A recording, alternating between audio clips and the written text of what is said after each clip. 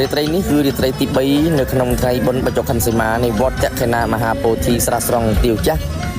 ហើយដូចនេះហើយថាពិសិដ្ឋខ្ញុំបាទក៏មានវត្តមានត្រេកអរយ៉ាងក្រៃលែងបានមកជួបរួមអបអរសាទរក្នុងកម្មវិធីបុណ្យបញ្ចុះខែសីមាកំដរនៅទឹកចិត្តពុកម៉ែបងប្អូនយើងនៅក្នុងកម្មវិធីដូចតន្ត្រីផងដែរហើយពេលមកដល់ទីនេះថាពិសិដ្ឋក៏បានថតនៅវីដេអូខុសឡើងដើម្បីផ្សព្វផ្សាយទៅដល់ពុកម៉ែយាយតាបងប្អូនភ្ញៀវពុទ្ធបរិស័ទជិតឆ្ងាយ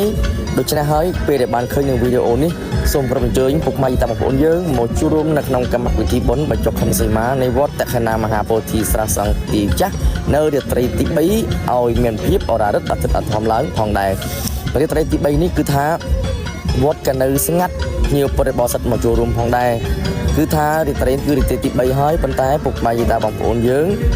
ដែលបានមកចូលរួមគឺថានៅយ៉ាងតិចទេពុកម៉ែបងប្អូនហើយដូច្នេះហើយពិសិដ្ឋក៏មានចិត្តអាណិតដល់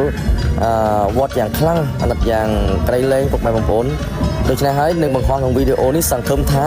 ពុកម៉ែយាយតាបងប្អូនដែលបានឃើញនៅវីដេអូនេះសូមគោរពអញ្ជើញមកចូលរួមនៅក្នុងកម្មវិធីបុណ្យកំដីកំដរនៅវត្តអារាមខ្មែរយើងក៏ដូចជាមកទទួលផលបុណ្យក្នុងកម្មវិធីបុណ្យបញ្ចុះខែសីមាផងដែរដូច្នេះហើយពុកម៉ែបងប្អូនយើងដែលបានឃើញនៅវីដេអូនេះឲ្យពុកពិសិដ្ឋសូមជួយ share ម្នាក់មួយទុកជាការផ្ដល់លើកទឹកចិត្តក៏ដូចជា share ដើម្បីឲ្យវីដេអូនេះចែករំលែកទៅដល់ពុកម៉ែយាយតាបងប្អូនភ្ញៀវពុទ្ធបរិស័ទជិតឆ្ងាយដែលបានដឹង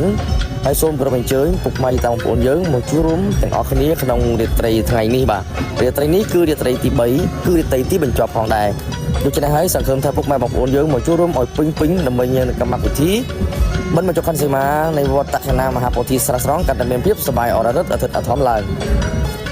ពុកពិសិដ្ឋក៏សូមជូនពរទៅដល់ពុកម៉ែយាយតាបងប្អូនយើងដែលបានឃើញវីដេអូនេះរាត្រីចាំថ្មីគឺឆ្នាំ2026សូមទៅដល់អស់លោកសេរីអ្នកនាងកញ្ញាសូមឲ្យប្រកបនៅតែសេចក្តីសុខសេចក្តីចម្រើននិងរស់ស៊ីមានបានជោគជ័យគ្រប់តែសមត្ថភូមិសូមអរគុណសូមជូនយ៉ាងជួបពុកម៉ែបងប្អូនយើងនៅវីដេអូជាបន្ត